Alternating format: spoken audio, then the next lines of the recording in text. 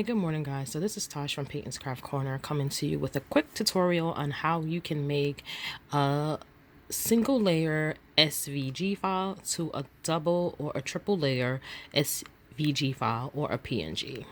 So let's get into it. We're going to obviously open up our design space. You can actually do this in Silhouette as well, but because I am more familiar with Cricut Design Space, that's what I'm going to use.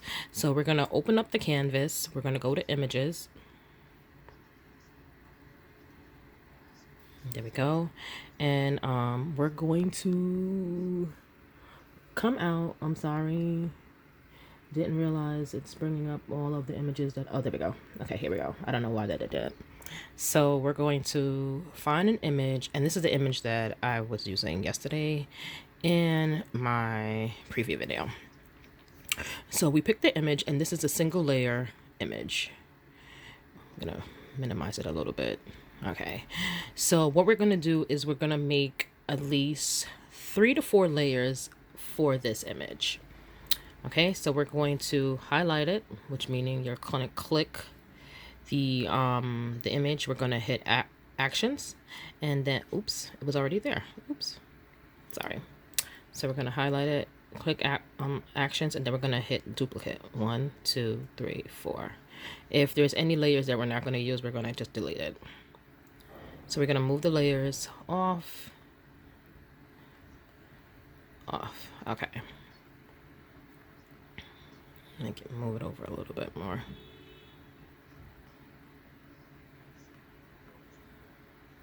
Okay, so now we're going to do the first layer. So with the first layer, what we're going to do is we're going to hit the image is already highlighted. When I say highlighted, the box is around the image already. And then we're going to hit contour. And then we're going to remove parts of the image. So we're going to click on the parts of the image that we do not want to use. And then we're going to hit the canvas again. And now we have the French toast. We're going to go to edit. And we're going to change the color. Now we're going to use,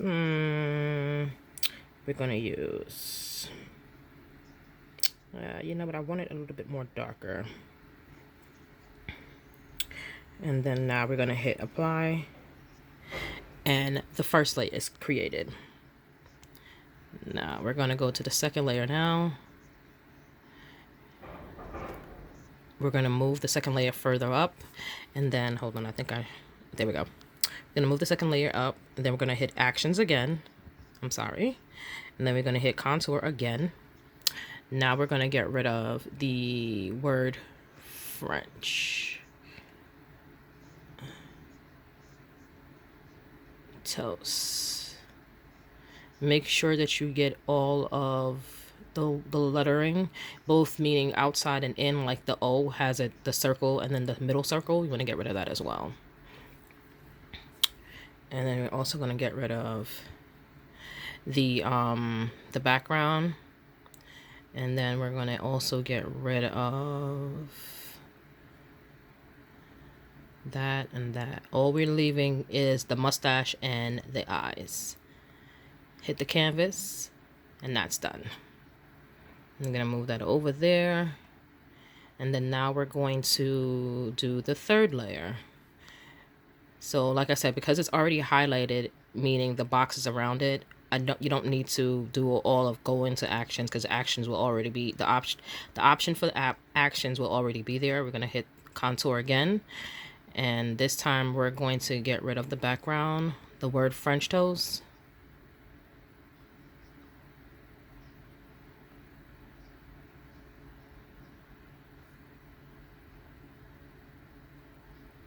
And we're going to get rid of the eyes and the mustache. So now we're only just going to focus on the bread itself. Middle part. So now we have just the bread, the outline of the bread. Obviously bread is not black unless it's burnt. You're going to go to edit. We're going to go to basic cut, and we're going to change the color, and then we're going to change the color to brown. Wait, why didn't it change it? Hold on.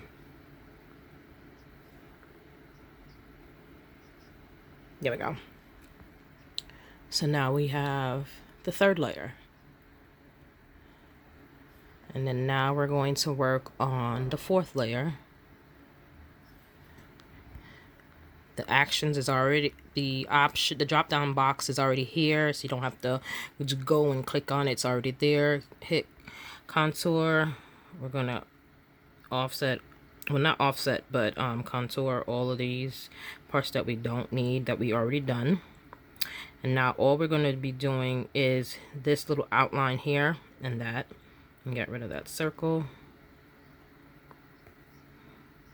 We're going to change that color to a light brown. So far we have the outline, the outline for the little marks in the head, the face, and not the face, I'm sorry, the eyes and the mustache, the word French toast, and then now we're going to do the background. So this is the last layer. So with the background, you want to do the same exact thing. Go back to actions, contour, and we're removing everything else. So the only thing we're leaving is the background. We hit the canvas, and then we go to edit, and we change the color. And we're gonna do a light brown. So now this step, after we contour everything, we're going to now add everything together. So let me move you up. You want to make sure that when you're moving the items, you do not change the sizing, because once I put this to this, it's not gonna fit. So you want to make sure that you're not changing the width or the height for each item that you contoured. Now I moved the word French toast to the background, and because the background was the last thing that we just worked on, it's going to be in front. So you would want to highlight this, meaning the 4 squares are visible. Go to edit, then go to arrange, click on that, and you want to send that to the back. So now we actually see the word French toast. We're going to do the same for the body, but for some reason the body, we didn't have to do that. So that's one step that we just alleviated. We don't actually have to move, send the image to the front, because it's already there. It's already in the front. Okay, now you want to move the little lines that was in the French toast itself. And you want to make sure that you are placing it in the correct spot. So the excuse me, the lines are in the correct spot, because you can see that it went into the little slots that the cut marks, I should say, that the French toast had. And then lastly, we're going to work on connecting the mustache. But because the mustache was sent to the back, we're gonna leave it highlighted. And the reason why you know it's highlighted, because you still see the square or the rectangle around the image. You go to edit, hit arrange, and then you bring to front.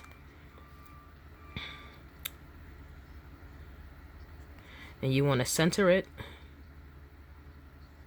Hold on, let me make it a little bigger. And there we go. And there you have it.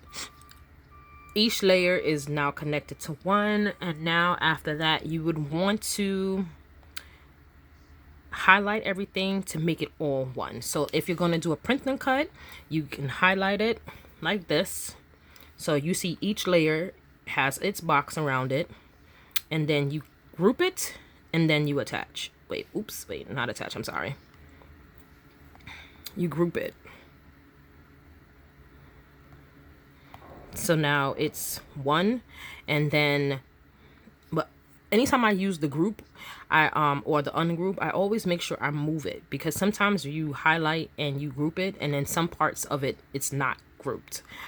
So when you move it, one part will be left in the corner and, not together. So I always, after I hit group, I always shift it just to make sure everything is together. And then if you, like I said, if you're going to do a PNG, meaning you're going to do the print, a print and cut, and you want everything together, you're going to hit flatten. And now when you print it, you will see everything is embedded together. There's no black lines around each color. Now, if I unflatten it now, hold on, let me go undo. So now you can see I undo, basically I undo, and I don't even like saying that, undo. I basically went back so that you could see. So it's still grouped together, but if I was to cut this and send it to hit make, hold on.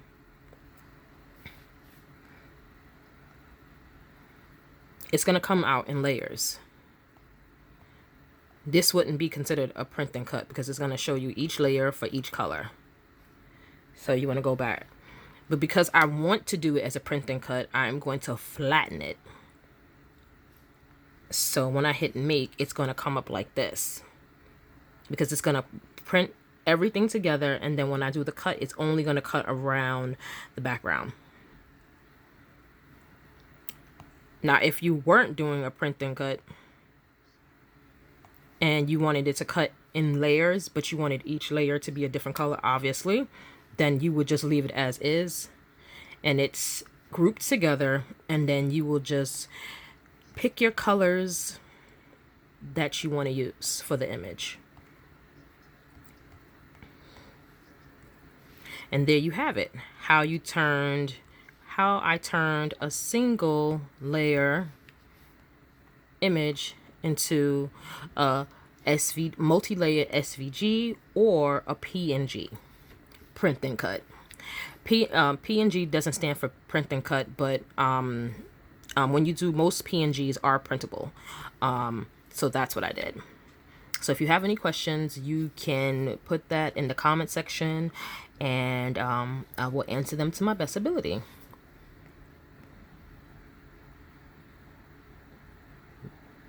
There you have it. So this is going from a single layer SVG to a multi-layer SVG, or if you flatten the image after you put in everything together, you can hit flatten and it will it will become a print and cut. So until next time, ciao. I would like to thank you for watching this video. And please don't forget to like, subscribe, and share this video. Until next time.